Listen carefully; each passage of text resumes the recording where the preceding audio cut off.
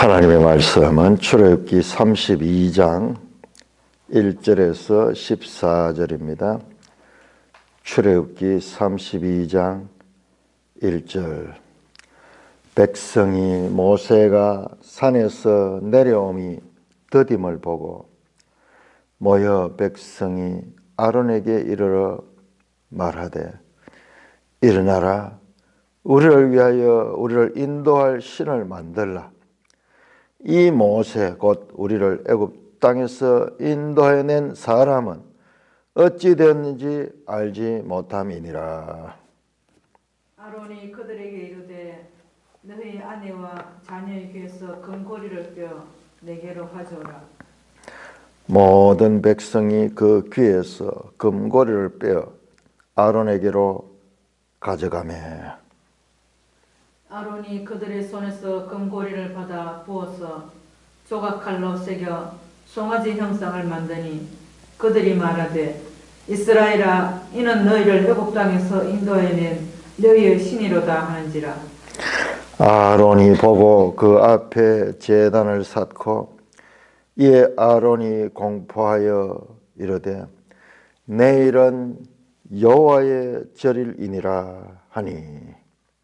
이튿날에 그들이 일찍이 일어나 번제를 드리며 화목제를 드리고 백성이 앉아서 먹고 마시며 일어나서 뛰놀더라.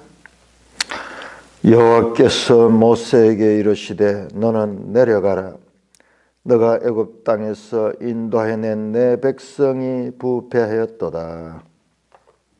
그들이 내가 그들에게 명령한 길을 속히 떠나 자기를 위하여 송아지를 부어 만들고 그것을 예배하며 그것에게 제물을 드리며 말하기를, 이스라엘아, 이는 너희를 애굽 땅에서 인도해낸 너희 신이라 하였도다.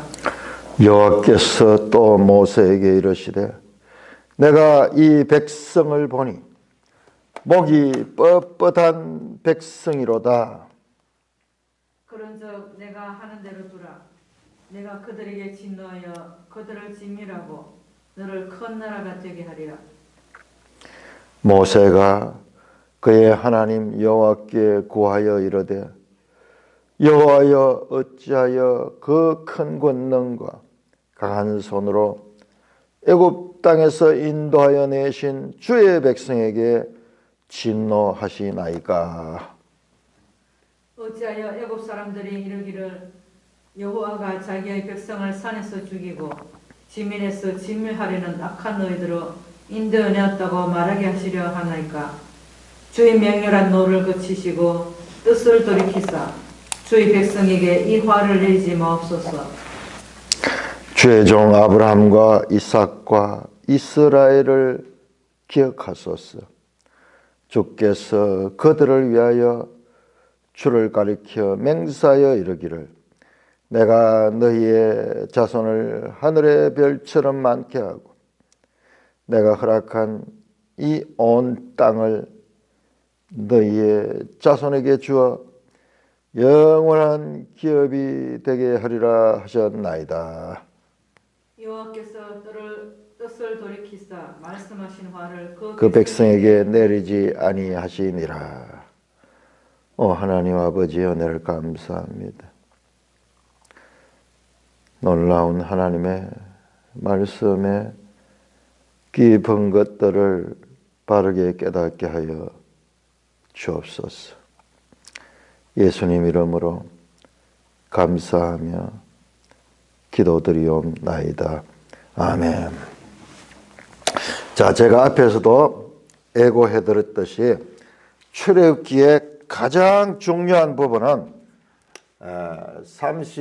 32장에서 34장입니다. 이 내용은 소위 황금 송아지 사건이 있는 건데 우리가 이것을 제대로 보지를 못했어요. 여기에 이 출애굽기 전체를 통해서 하나님이 누구신가를 알리는 가장 중요한 메시지가 여기에 있다. 일단 구조를 봐도 25장에서 31장까지 성막 그리고 제사장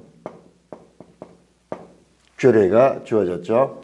그 다음에 35장부터 40장까지가 마찬가지로 성막 제사장.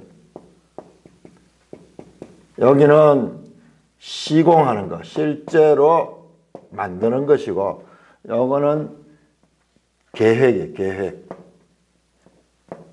썰개라고 할까요? 썰개. 자, 출애굽기의 25장부터 40장까지 출애굽기의 거의 반수가 이 19장에서 24장까지 언약 체결이죠. 시내산 언약. 그러니까 출애굽기에 40장까지 있는데 출애굽기의 반틈은 시내산 언약과 그리고 성막과 제사장과는 교례가 이어지는 이 언약에 부속된 거죠. 이것은 전부 시내산 언약을 따르고 있습니다. 그 가운데서 요 중간에 그냥 하면 처음 구조를 보세요. 이 구조를 보면은 이렇게 되어 있어요. 성막도 계속 제사장 제도 이게 다 이렇게 연결되어 있어요. 그리고 그 중간에 X가 있는 거예요.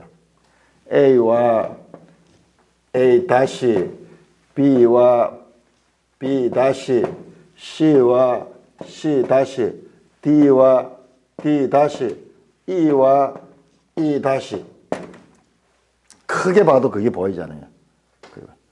그 중간에 이 것들이 교차하는 그 가운데 제일 중앙에 가장 중요한 내용이 들어있다. 이게 히브리 문학의 특징이에요. 그리고 성경을 보면서 이 교차 대꾸를 이런 건 교회에서 이야기를 하거든요. 평신도들한테 이야기를 하거든요. 교차 대꾸 하는 거. 그건 이야기를 해야 돼요. 왜? 이거를 이야기 안 하면 안 돼요. 성경이 뭐 이런 구조로 되어 있어요. 우리 자꾸 이 성경을 제대로 볼 수 있는 훈련을 가져야 되는데 그냥 이런 이야기는 전혀 일생 처음 들어보고 그 다음에 뭐 여기 나오는 사건들 거기다 의미를 붙여가지고 재미있게 만들어서 설교를 하는데 그렇게 하면 안 돼요. 그렇게 했기 때문에 성경을 모르는 거예요. 성경이 하나님이 이 말씀을 통해서 우리에게 무엇을 말씀하고자 하는 것을 모르는 거예요. 전부 내가 듣고 싶은 거, 재미있는 거, 설교하는 사람도 어떻게 하면 그 짧은 시간에 그들에게 교훈을 주고 감동을 줘가지고 설교 잘한다 하는 소리를 듣고 싶은 거예요. 그런 식으로 하니까는 하나님의 말씀을 제대로 알지 못해요. 그게 선한 동기 같지만요, 선하지 않아요. 하나님의 말씀을 말씀대로 가르치고자 하는 지금 여기에 나오는 이야기가 이 말씀대로 행하였더라, 말씀대로 행하였다. 성경 전체가 그렇게 강조하는데 정작 설교하는 사람들은 성경을 그런 식으로 대하고 있지 아니하는 거예요. 아이, 그러면 성도들이 뭐 골치 아파하고 힘들어한다고. 그건 자기 생각이에요. 이렇게 바로 가릴 때 정말 생명 있는 자들은 하나님의 말씀을 바르게 알게 되고 그 다음에 하나님의 말씀을 제대로 이제 알아갈 수 있도록 되는 거죠. 지난번에 내가 고린도 이 전서할 때 그 말씀을 드렸는데요. 신약 성경도 마찬가지요. 그 중동의 그 선교사로 수십 년 있던 분이 나중에 고린도 전서를 썼는데 고린도 전서 구조가 전부 이 구조로 되어 있다는 거예요. 고린도 전서를 이 교차 대꾸 구조로 이래 보니까는 정확하게 그게 보여요. 왜? 거기서 살아보니까 그 사람들 문화가 이런 문화인 거예요. 그 사람들의 문화 자체가 이런 식으로 사고를 하고 이런 식으로 하는데 우리는 이게 지금 우리도 아마 옛날에는 이런 식으로 사고했을 거예요. 그러나 현대인들은 이런 사고를 거의 하지 않습니다. 그냥 논리적으로 서론, 본론, 결론 이런 식으로 보는데 이게 헬레니즘적인 사고예요. 근본을 올라가면. 이 히브리적 사고는 이런 식으로 돼 있어요. 그러니까 어떻게 보면요, 말이 잘 안 돼요. 했던 말 또 하고, 했던 말 또 하고, 했던 말 또 하고, 그 중간에 이게 들어있는 거예요.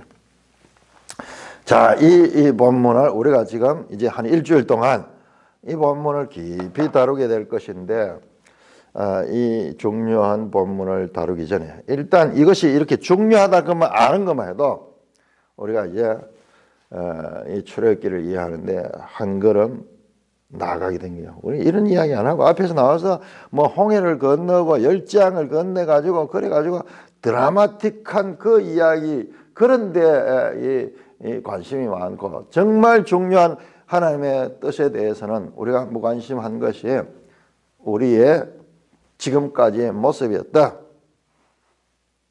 이 분량이 얼마나 많아요. 이 부분은 그냥 스킵하는 그런 것으로 생각하고 설교자들도 이런 부분을 소홀히 하는데 그러니까는 성경을 아무리 읽어도 하나님의 뜻을 알지 못하는 거죠.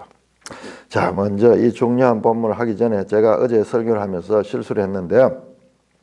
성전세의 이야기를 하면서 생명의 속전 이야기, 생명의 속전. 참 희한하죠.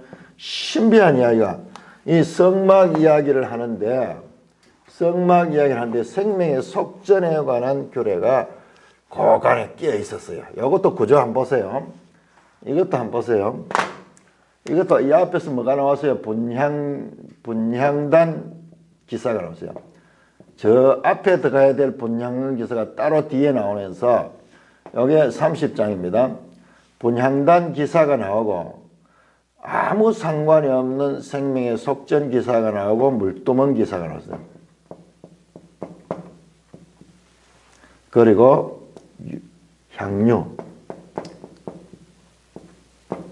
관유라 그러는데요. 그 다음에 요 기사들이 나왔습니다. 자, 여기에 보면은 보시면요, 이 물두멍도 전부 다 반드시 죽을 것이니라, 끊어질 것이니라. 이것도 마찬가지. 이 법대로 하자면 끊어질 것이다. 이 법대로 하면 끊어질 것이다. 이렇게 하지 않으면 끊어질 것이다. 죽음을 나타내는 거예요. 무시무시한 그런 규례예요. 자, 이 분향단과 물두멍 사이의 생명의 속전, 성막 기사와는 전혀 상관이 없는 것 같은 그와 같은 기사가 그 순간에 있었습니다. 30장 몇 절입니까? 13절에서 몇 절까지? 30장 13에서 15절까지입니까? 16절까지가? 14, 요 짧은 두 절에 딱 걸쳐가지고 이것이 들어가 있다 말이야. 이거 속전이라는 것은 돈을 내는데 내가 이 속전의 명령을 20세겔이라고 그랬는데 20세겔이라고 1세겔은 20게랄. 우리로 치면은 이거는 1,000원짜리고 이거는 10,000원짜리인 거예요. 그러니까 10,000원은 그러니까 이게 10,000원 같으면 이게 500원짜리네. 500원짜리 20개 하면은 10,000원이 되는 거죠. 그런데 생명의 속정은 2분의 1세겔, 반세겔. 그러니까는 생명의 속전은 얼마냐? 10게랄. 반세겔. 이것이 생명의 속전의 값입니다. 값. 어떻게 사람 값을 돈으로 이렇게 치고하는가? 성경이 이렇게 사람을 천하보다 귀하게 하면서 돈을 하는데 여기는 돈 문제가 아니고 여기에 중요한 의미가 있는 것이에요. 이것은 부자라고 더 내거나 가난한 자라고 덜 내는 것이 아니라 이 값으로 치는 이게 생명을 치는 값인데 무슨 생명값이 이렇게 사냐? 이 뜻을 잘 몰라서 그래요. 자, 우리 마태복음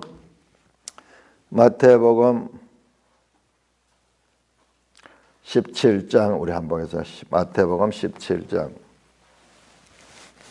이게 예수님 때까지 그대로 이어집니다. 마태복음 17장 이 출애굽기를 공부를 하면서 복음서를 보니까는 복음서가 자꾸 떠올라요.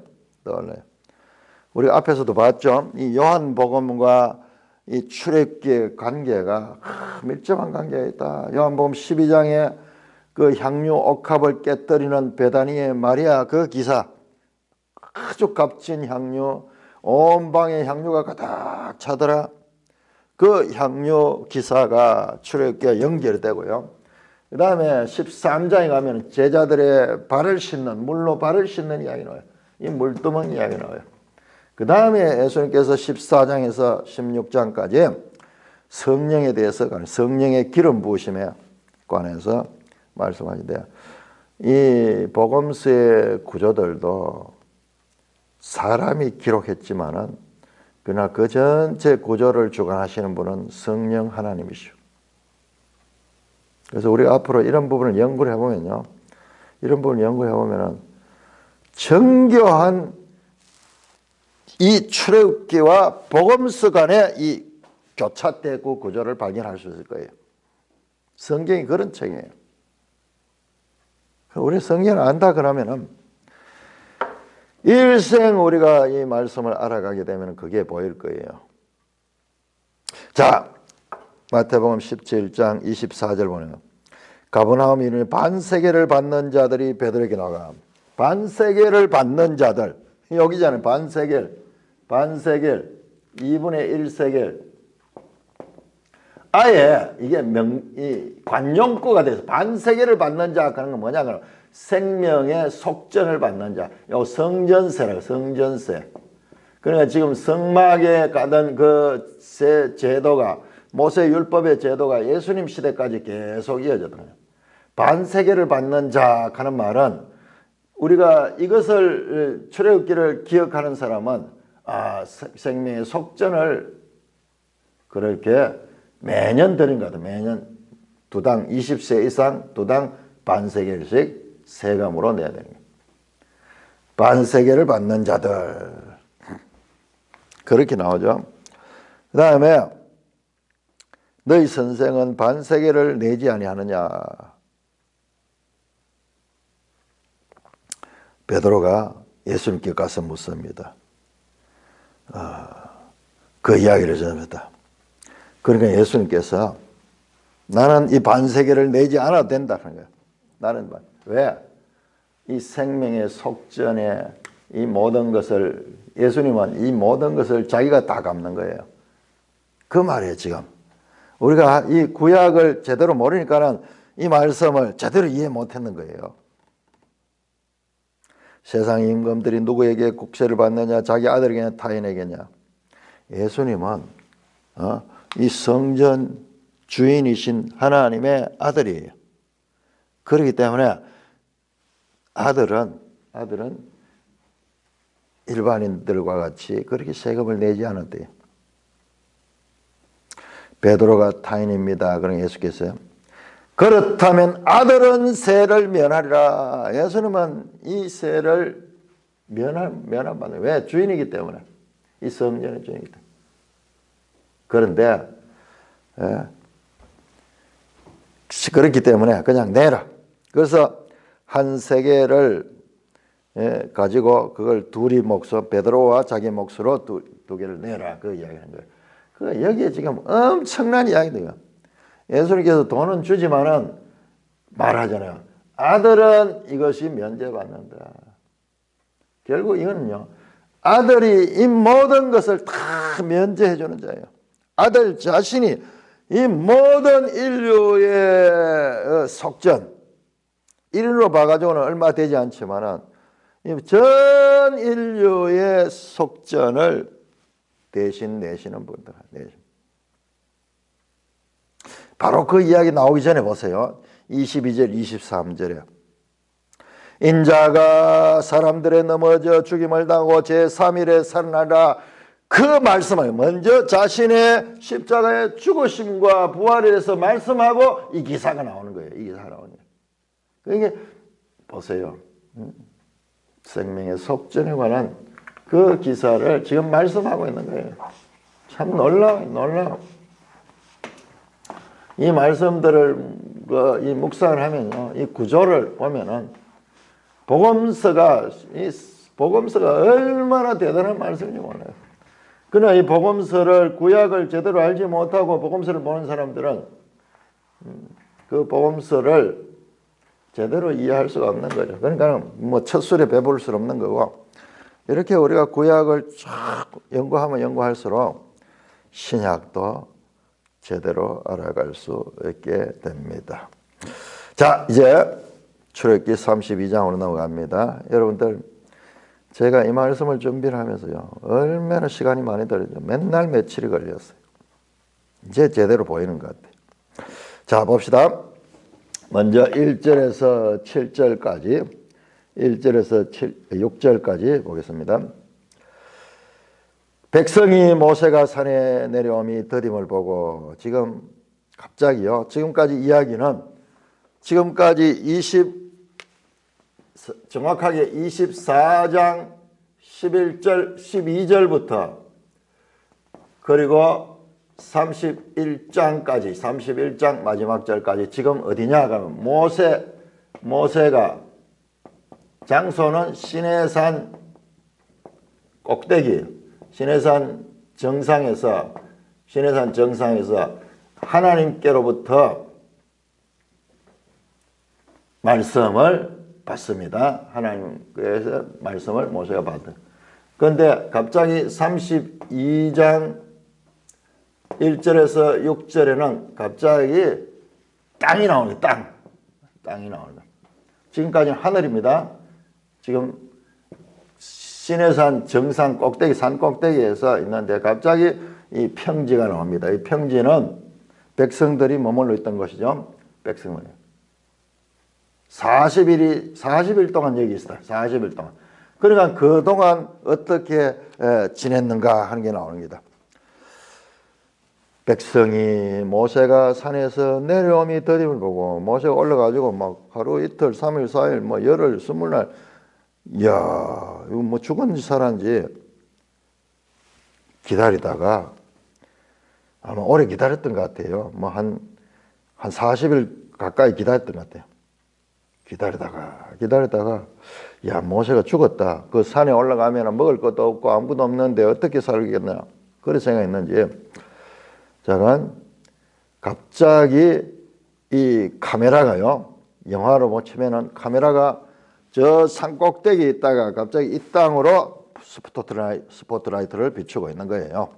모세는 여전히 지금 산 위에 있습니다. 산에서 지금 하나님의 관점에서 이 땅을 보는 거예요.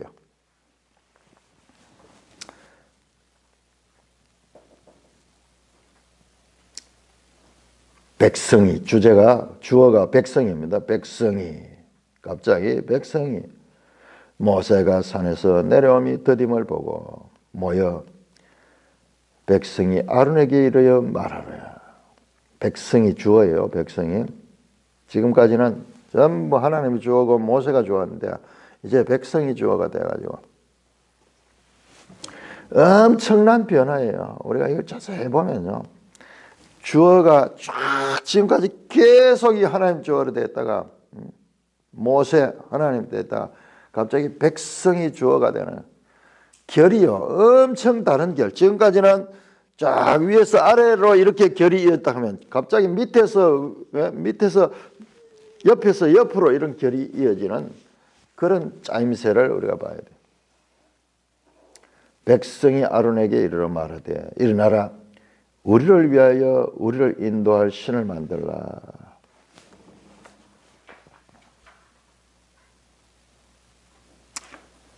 백성들이 인내가 부족합니다. 조금 더디니까는 자기들 생각대로 움직이는 거예요. 이게 우리의 신앙생활에서도 우리가 이런 모습을 많이 볼 수 있어요. 내 계획대로, 내 생각대로 조금 벗어나게 되면은, 이야, 이거는 아니구나. 하나님을 품지를 못해요. 내 생각 안에서만 하나님을 제한시키고 있다가 그 생각에서 벗어날 적에 가차없이 우리는 하나님을 무시해버리기 쉽습니다. 일어나라, 우리를 위하여 우리를 인도할 신을 만들라. 이거 보세요. 우리를 위하여. 자, 이 말씀이 가지는 중요성을 한번 보세요. 자, 25장 8절 한번 봅시다. 25장 8절. 자, 하나님께서 제일 이제 성막을 만들라고 할 이 서론이 25장 8절인데, 내가 그들 중에 거할 성소를 그들이 나를 위하여 지었대. 나를 위하여 지라는데요. 그런데 백성이 어떻게 합니까? 우리를 위하여. 목적이 우리예요. 우리. 뿐만 아니라 우리 20장 한번 볼까요? 20장 10계명이 나오는 거죠. 10계명이 나올 적에 10계명이 나올 때 20장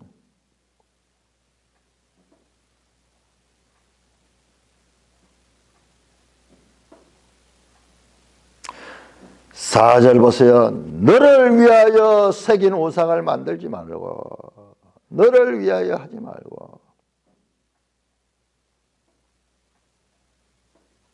모든 것이 하나님 중심적인 이것이 하나님과의 언약 백성의 삶인데, 정반대잖아요. 우리를 위하여, 우리를 인도할 신을 만들라. 여기 신은요, 영어 성경에 보면 God's, 소문자 God 해가지고 복수로 되어 있어요.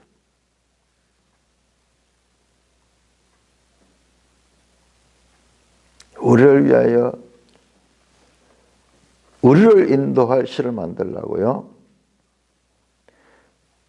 여러분, 이 이스라엘의 말이에요. 하나님의 가슴을 후벼 파는 말이에요. 자, 우리가 하나님께서 언약을 맺을 때 10계명을 주면 제일 먼저 한 건, 나는 너희를 애굽 땅 종되었던 곳에서 인도한 여호와니라. 그렇게 시작이 되었는데, 우리를 인도할 신을 만들어 그래. 하나님이 지금까지 인도해 오셨는데 다 무시하는 거예요. 뿐만 아니라 신을 만들으라고요. 자기가 신의 제작자네요. Man-made God이에요. 이게 바로 Man-made God, 만들어진 신.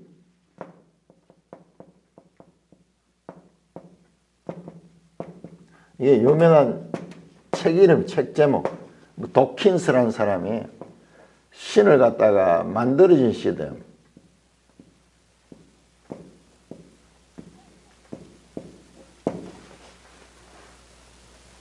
기독교의 신도 만들어진, 사람이 만들어낸 거든.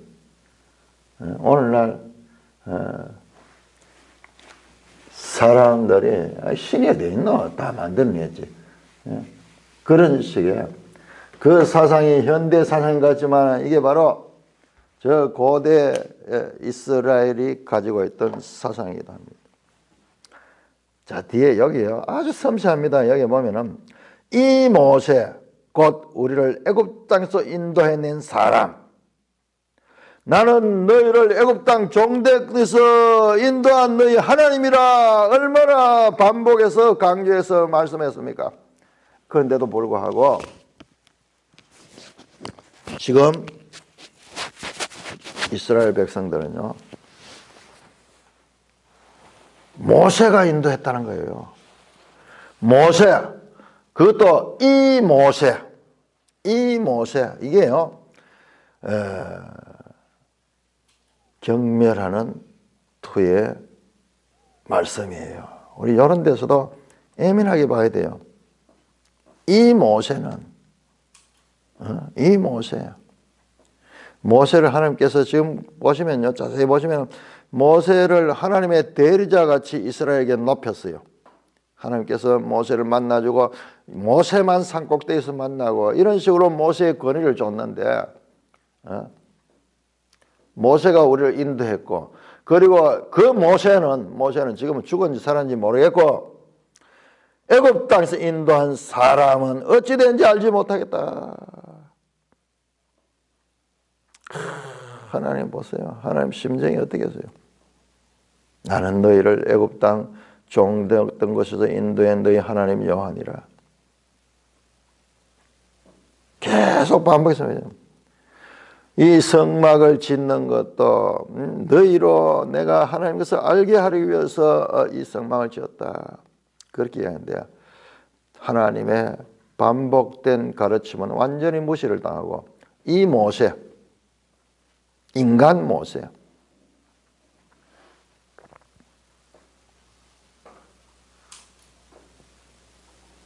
우리를 애굽 땅에서 인도해낸 모세가 어찌 되는지 알지 못한다. 하나님에 대한 전혀 없습니다. 여러분 이걸 한번 생각해 보세요. 지금 우리가요 하나님의 심정으로 돌아가야 되고 앞에서 그 중요하게 다루었던 시내산 언약을 돌아가 봐야 되죠. 우리가 지금 그 하나님의 심정을 봐요. 19장에서 24장 11절까지 나왔던 시내산 언약을 한번 생각해 보세요. 시내산 언약 체결한 이후로 달라졌잖아요. 이제 결혼했잖아요.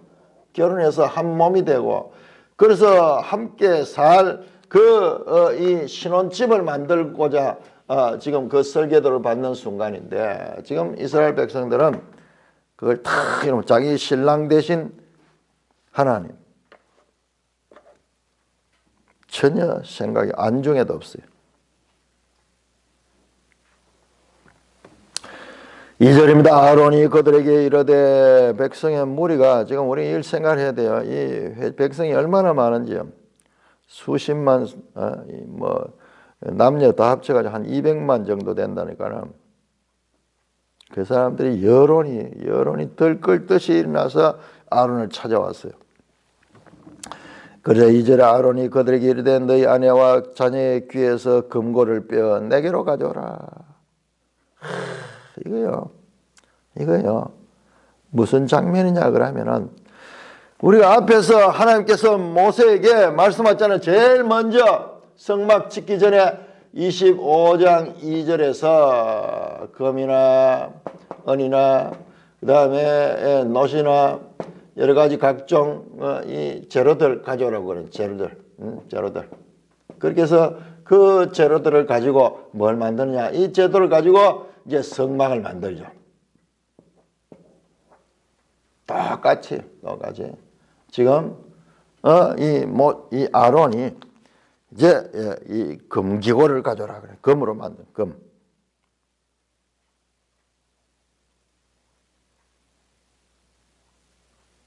금고리를 빼어 내게로 가져라. 모든 백성이 그 귀에서 금고리를 빼어 아론에게도 가져가며. 자, 이 금고리는 이 광야에서 어디서 났느냐?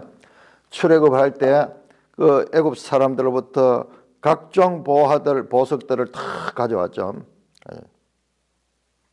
그래서 금고리를 장식했던 것 같아요. 전부 다. 그래서 그 금고리를 빼어가지고 아론에게로 가져가며. 여러분요, 요거요. 딱 여기에 지금 우리 이 성막 기사를 보면요. 성막 기사를 그거하고 연결되어 있어요. 성막을 지을 때 이렇게 가져왔듯이 그 다음에 이것을 아론에게 바칩니다. 모세가 이 모든 것을 받아가지고 그것을 가지고 성막을 지으라 했던 그 하나님의 말씀과 정확하게 연결이 되면서 패러디가 되어 있어요. 3절 모든 백성이 그 귀에서 금고를 빼어 아론에게로 가져가며. 여기에요. 35장 우리 한번 볼까요? 35장 4절부터 모세가 이스라엘 자손의 온 회중에게 말하되 여호와의 명령하신 이르니 이르기를 너희 소유 중에서 너희는 여호와께 드릴 것을 택하여 마음에 원하는 자는 가져오라. 그러니까는 백성들이 다 가져가는. 지금 이 황금 송아지는 성막과 대비를 성막 대 황금 송아지. 정확하게 성막에 제작하는 것처럼 지금 황금 송아지를 제작합니다. 4절 아론이 그들의 손에서 금고를 받아부어서 조각칼로 새겨 송아지 형상을 만들었다. 아론이 그들의 손에서 금고를 받아 부어가지고 그 금을 녹이는 말이죠. 그래서 그거 가지고 송아지 형상을 만들고 조각칼로 새겨가지고 그 형상을 만들어요.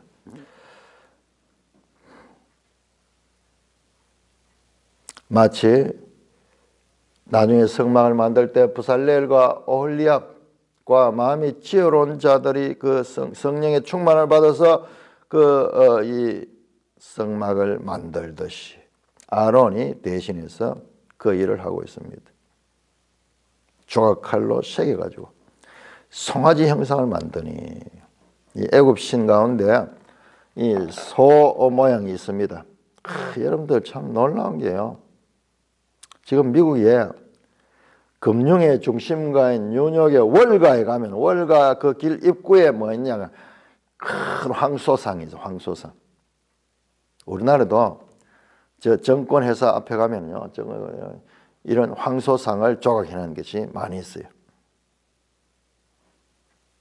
우리 대구도 저 범원 오타리 앞에 그 어느 빌딩 앞에 가면은 소대가리 이 가슴까지 있는 게 거의 그냥 있는 게 아니에요.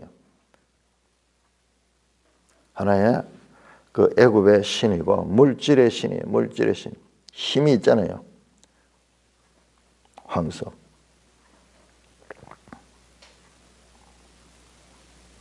애굽 신 아피스라는 신이 있는데 그게 또 소의 소.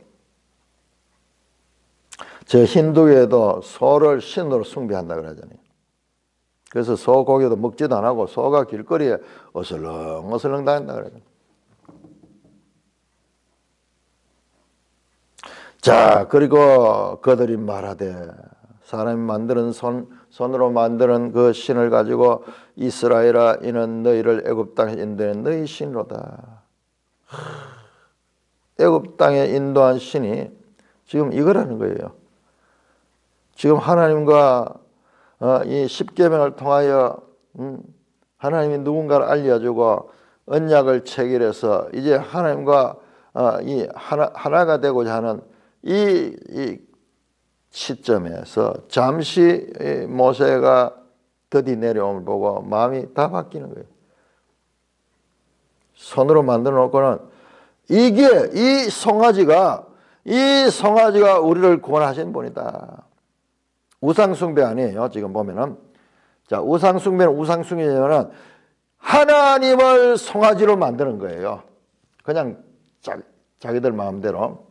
그러니까는 여호와 하나님을 송아지로 만들어 가지고 그거라는 거예요. 이 신이라는 거예요. 그 다른 신이 아니에요.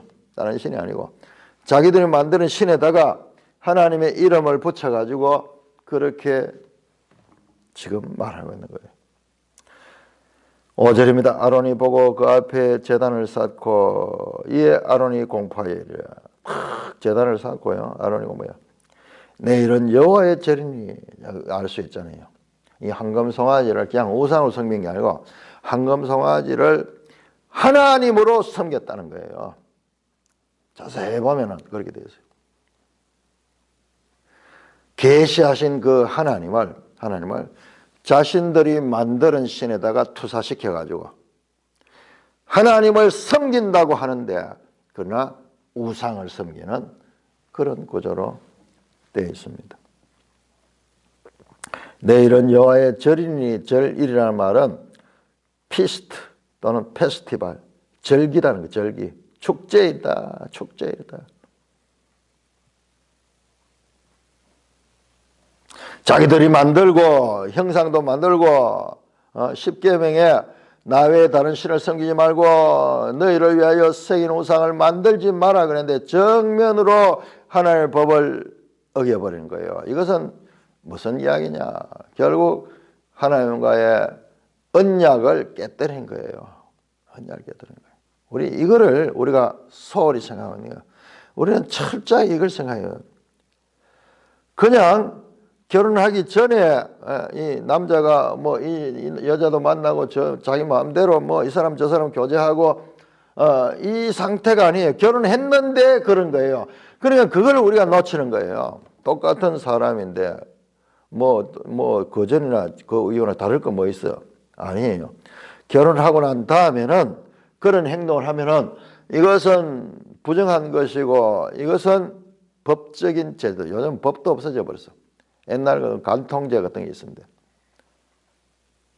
그만큼 심각한 문제고 혼인관계가 파탄이 나고 그러다면 그 혼인관계 파탄의 책임은 전적으로 그 남자에게 있기 때문에 그는 위자료를 다 물어줘야 되고 엄청난 거기에 따른 형벌을 받아야 돼요. 그런데 지금 그 짓을 마음대로 하고 있는 거예요. 우리가 이 언약 체결의 이 19장에서 24장 이 부분을 제대로 인식을 못하고 성경을 읽어 들어가 버리니까는 이런 것들이 뭐 그냥 조금 잘못됐는 것 같이 조금 뭐 그런 거지 이렇게 생각하는데 그게 아니에요. 이건 완전히 언약을 깨뜨리는 겁니다. 뒤에 보면은 모세가 하늘에서 받아온 그 산 위에서 받아온 그 십계명을 깨뜨리는 것이 그게 뭐냐 그러면 이 언약 관계가 깨졌다는 거예요.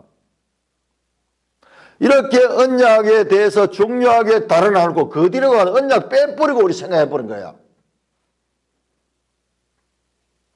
그래서 안 돼요.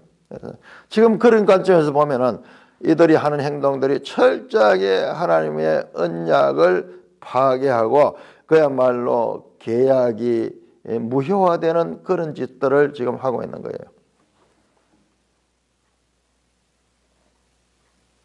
6절입니다. 이튿날에 그들이 일찍이 일어나 보세요. 이튿날에 그들이 일찍이 일어나서 여러분 이 말씀도 패러디예요. 자, 우리 24장 한번 보세요. 24장 하나님과 그 이스라엘이 언약을 체결할 적에 이 모든 법과 언약 책을 받고 그 다음에 결정적으로 언약을 체결한 날 24장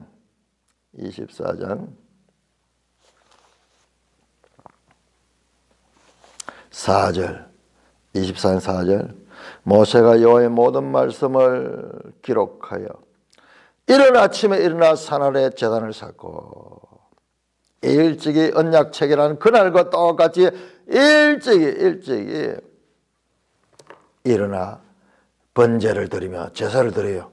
화목제를 드리며 여기에요. 24장의 언약 체결할 때와 똑같아요. 24장 5절에 보니까는 청년들이 번제와 화목제를 드렸다. 지금 여기에 바로 24장의 언약 체결했던 시내산 언약의 체결 이 관계를 지금 이 황금 송아지와 관계를 체결하고 있는 거예요. 똑같이 번제와 이 화목제를 드리고 그러나서 백성이 앉아서 먹고 마시며 일어나 뛰놀더라. 24장 어떻게 됩니까? 24장 11절에 언약을 다 체결하고 이스라엘 대표자들이 산에 올라가서 거기서 하나님 앞에서 식사를 하잖아요. 언약 피로연을 가잖아요. 지금 새 신을 만들어 놓고 이 신과 언약을 체결하고 여기에서 이제 피로연을 가지는 거예요. 32장 1절에서 6절을 그렇게 봐야 돼요.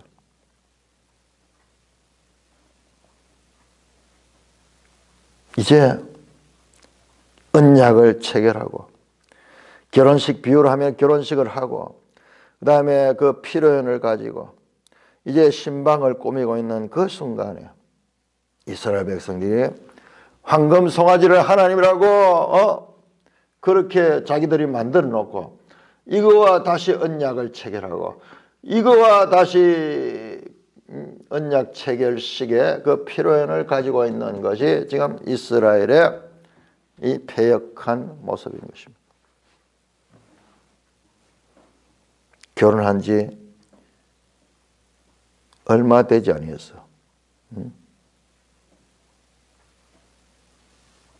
얼마 되지 아니었어. 몇 달도 지나지 않아 다른 사람을 만들어 놓고 다시 결혼식을 하는 것하고 똑같은 이와 같은 패역함이다. 우리가 이 부분을 깊이 지금 이들이 하는 행동이 우리 앞에는 언약을 소홀히 봐버리니까는 이 행동이 가지는 이 엄중한 이 잘못을 우리가 소홀한 거야. 뭐 그럴 수도 있지. 아니에요. 아니에요. 이거는 있을 수 없는 폐륜이에요. 7절입니다. 여호와께서 모세에게 이르시되 너는 내려가라. 하나님이 위에서 다 보시고 있는 게 다 보이는 거예요. 내려가라. 내가 애굽 땅에서 인도한 내 백성이 부패하였도다. 여기 보세요. 여기에 지금 여호와께서 모세에게 하나님 이걸 다 아시고 내려가라. 내려가라. 너가 애굽 땅에서 인도해낸 내 백성이 부패했더라. 자, 이 말씀도 자세히 보시면요. 2절, 1절 말씀.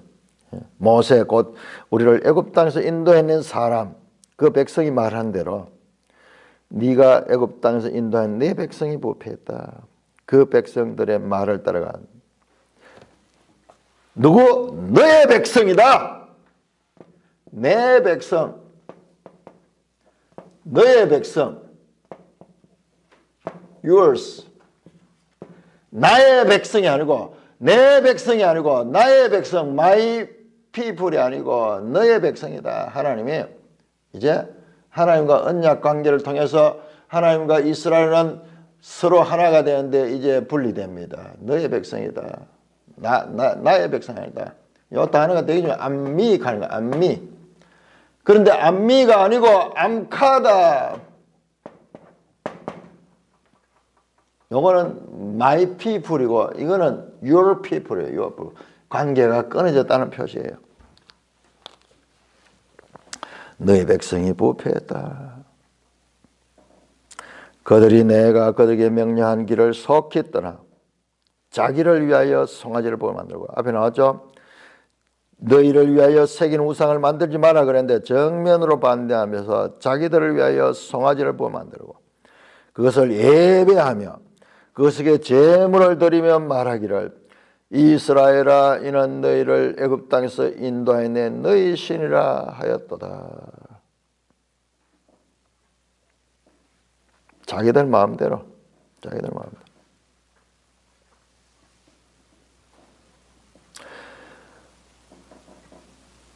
그들의 말을 그대로 인용하면서 4절에 나왔던 그 말씀 그대로 이는 너희를 애굽 땅에서 인도한 너희 신이다 하였도다.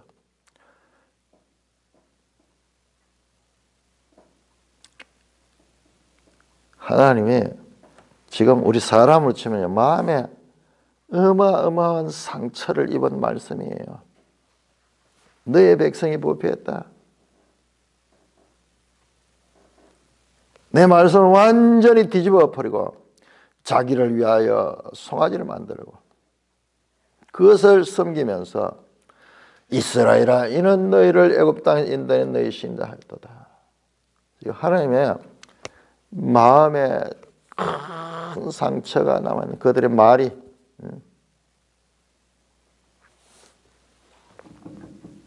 구절에 여호와께서 또 모세에게 이르시되 내가 이 백성을 보니 목이 뻣뻣한 백성이라. 자, 이 백성이라고 표현해요. 이 백성.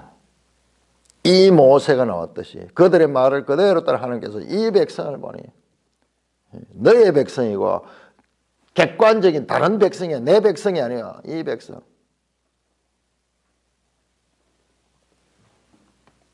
목이 뻣뻣한 백성이다. 교만하다는 거죠. 교만하는 거예요. 그런즉 내가 하는 대로 두라. 내가 그들에게 진노하여 그들을 진멸하고 너를 큰 나라가 되게 하리라. 내가 이 백성을 보니 목이 뻣뻣한 백성이다. 그런즉 그들과의 이제 언약 체결 관계는 다 깨어졌다. 언약은 상방간에 존중하고 그 법을 지켜야 되는데 한 사람이 일방적으로 완전히 깨어지기 때문에 이 언약 관계는 무효가 됐다는 거예요. 그래서 그런즉 내가 하는 대로 두라. 내가 그들에게 진노하여 그들을 진멸하겠다.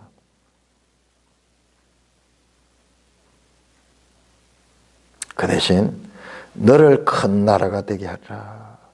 모세를 통해서 새롭게 큰 나라가 되게 하겠다. 요 단어가요. 창세기 18장 18절에 아브라함에게 하나님이 너를 큰 나라가 되게 하겠다. 너 후손을 바다의 모래같이 하늘의 별같이 해서 너를 큰 나라로 삼겠다. 그 아브라함에게 한 말을 이제 모세에게 하면서 지금 이 사건은요. 지금까지 아브라함부터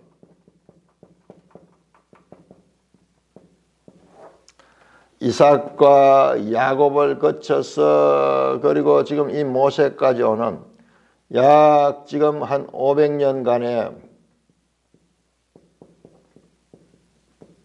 구속사, 지금까지 하나님이 다 이것을 이끌어 오시잖아요. 이 구속사를 다 지워버리겠다. 무효로 만드는 거야. 이 지금까지 창세기부터 이 출애굽까지 있었던 이 모든 이야기를 이걸 다 지워버리고 새롭게 모세로부터 시작하겠다는 거예요. 시작하겠다는 거예요.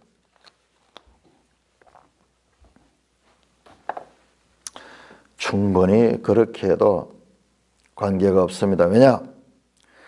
그들이 언약을 완전히 깨어버렸기 때문에.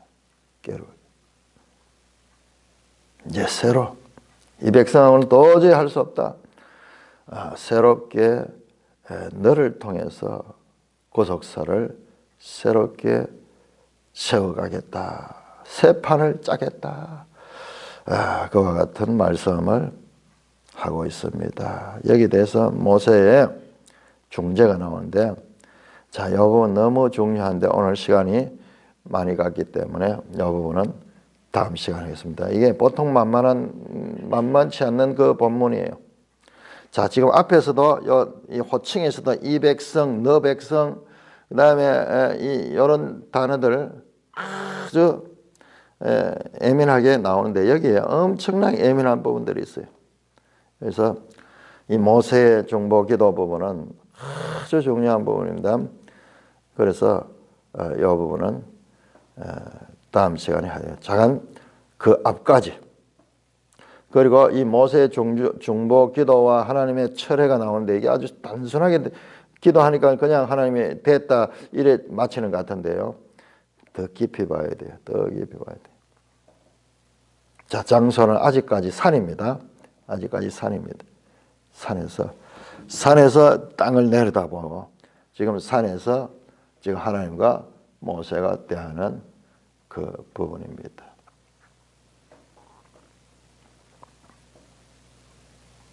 자, 이것도 일단 정리를 하겠습니다. 요 내용 너무 많기 때문에 뒤에서. 자, 모세가 여호와께 구하되 여호와여 어찌하여 큰 권능과 강한 손으로 애굽 땅에 인도하는 주의 백성에게 지나. 자, 모세가 이스라엘 백성을 주의 백성이라고 말합니다. 너의 백성이라고 하나님께서 말했는데 이제 모세가 아닙니다. 주님의 백성입니다. 암카 당신의 백성입니다. 어찌하여 애굽 사람들이 이를 여호와가 자기 백성을 산에서 죽이고 지면에서 진멸하는 악한 의도로 인도해냈다고 말하게 하시나이까. 주의 맹렬한 노를 거치고 뜻을 돌이켜서 주의 백성에게 반복해서 주의 백성입니다. 저들은 주의 백성입니다. 주님과 언약을 맺은 백성입니다. 그러므로 그들에게 화를 내리지 마시옵소서. 13절에 주의 종 아브라함과 이삭과 이스라엘을 기억하소서.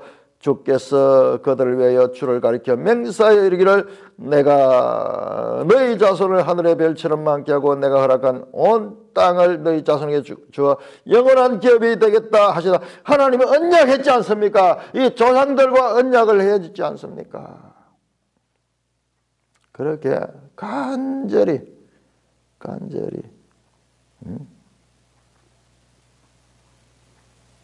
하나님, 애굽 사람들이 봤을 때 뭐라 그러겠습니까? 딴 사람이 봤을 때 뭐라 하겠습니까? 그리고 지금까지 하나님 수고롭게 그 백성을 인도했는데 이제 와서 다 물어버리면 그럼 어떻게 하겠습니까? 아니, 하나님 과거에 저 조상들에게 믿음의 족장들에게 약속했지 않습니까? 그 약속은 어떻게 됩니까? 그렇게 기도하니까는 14절 여호와께서 뜻을 돌이키사 말씀하신 화를 그 백성에게 내리냐. 다 진멸해 버리고 새로 하겠다는 그 부분을 하나님께서 취하했다 하는 말씀이죠. 그런데 이건 현실이 아니에요. 이건 기도입니다. 산 위에서 지금 모세와 하나님과의 관계에서 지금 미리 지금 산 위에서 하나님의 뜻과 모세가 중재하면서 아직 백성들은 아무것도 모르고 있습니다. 이제 백성에서 내려오는 이야기들이 다음에 나옵니다. 자, 우리 여기에서 깊이 보면요. 10절에 모세에게 하나님께서 말씀하셨습니다. 내가 하는 대로 두라. 내가 하는 대로 두라. 이 말은요. 내 마음대로 하도록 말리지 마라 이 말이에요. 말리지 마라. 그런데 이어지는 내용들과 자세히 살펴보면요. 하나님이 이 말리지 마라 하는 말 속에는 어떠면 반어법적인 게 있어요. 반어법적인 게 있어요. 이게 지금 출애굽기 32장의 묘미예요. 속으로는 우리 싸울 때도 막 사람들 가죠. 사람들 막 싸울 때 말리지 마라 막 하면서 말리면은 큰일 나. 근데 옆에서 말려주면 마지 못해 하는 것처럼 우리 사람들한테도 그런 게 있는데 이 하나님께서 그런 이 뒤에 내용을 보면은 그게 보여져요.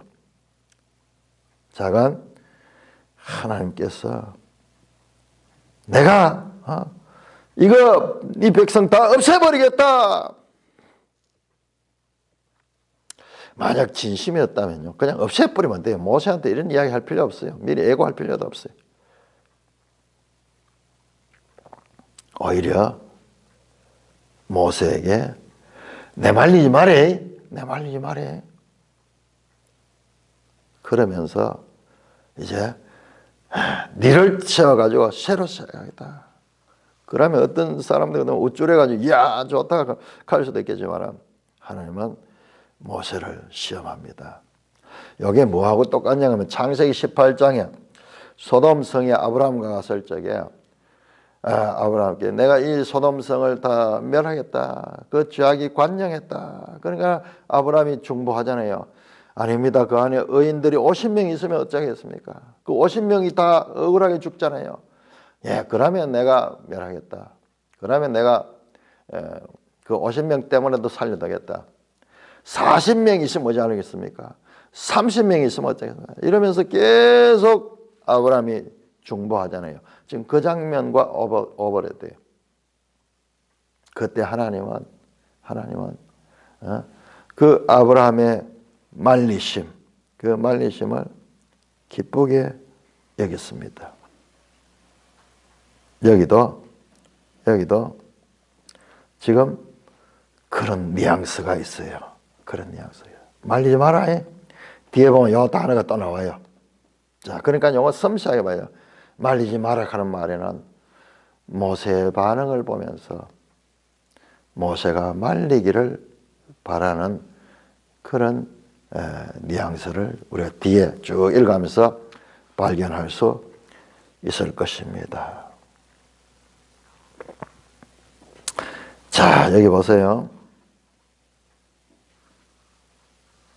하나님과의 언약 관계를 우리가 잘 마음에 새겨야 됩니다.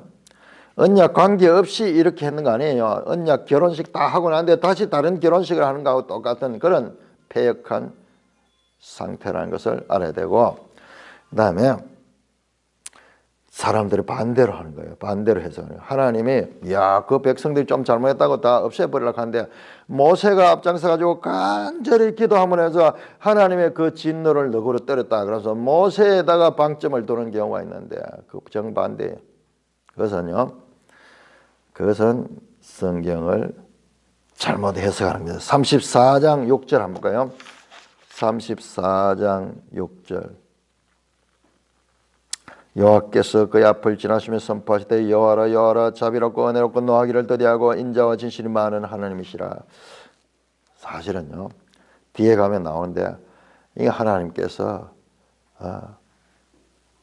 은혜로 그들을 구원을 해주는데 모세를 통해서 그 명분을 가지는 거고, 뿐만 아니라 이 모세는 장차 예수 그리스도의 모형입니다. 적극적인 중보를 하시는, 중보를 하는, 뒤에 또 모세의 기도 3번이 나와요. 3번. 그러므로 이 장은 우리가 연속해서 읽으면서 그 본문 뜻이 더 분명하게 될 것입니다. 하나님은 모세의 중보를 기쁘게 보시고, 마치 모세의 중보 때문에 하나님의 뜻을 돌이키는 처럼 그렇게 나오는데, 사실은 하나님은 그 백성에 대한 용서를 미리 준비하시고 있었습니다. 자, 그 내용들은 우리가 이어지는 내용들하고 같이 봐야지 그것이 밝아집니다. 그래서 32장에는 34장까지 전체를 통해서 해석해야 되는 아주 중요한 부분이고요. 지금 우리 그리스도인들도 마찬가지로 하나님의 법을 가지고 있지만 그 법을 제대로 지키지 못하는, 이게 우리의 현실 문제예요. 이 현실 문제를 하나님과의 관계에서 어떻게 잘 극복할 수 있는가를 가르쳐주는 그런 내용도 여기에 담겨져 있는 것입니다. 찬송가 322장입니다.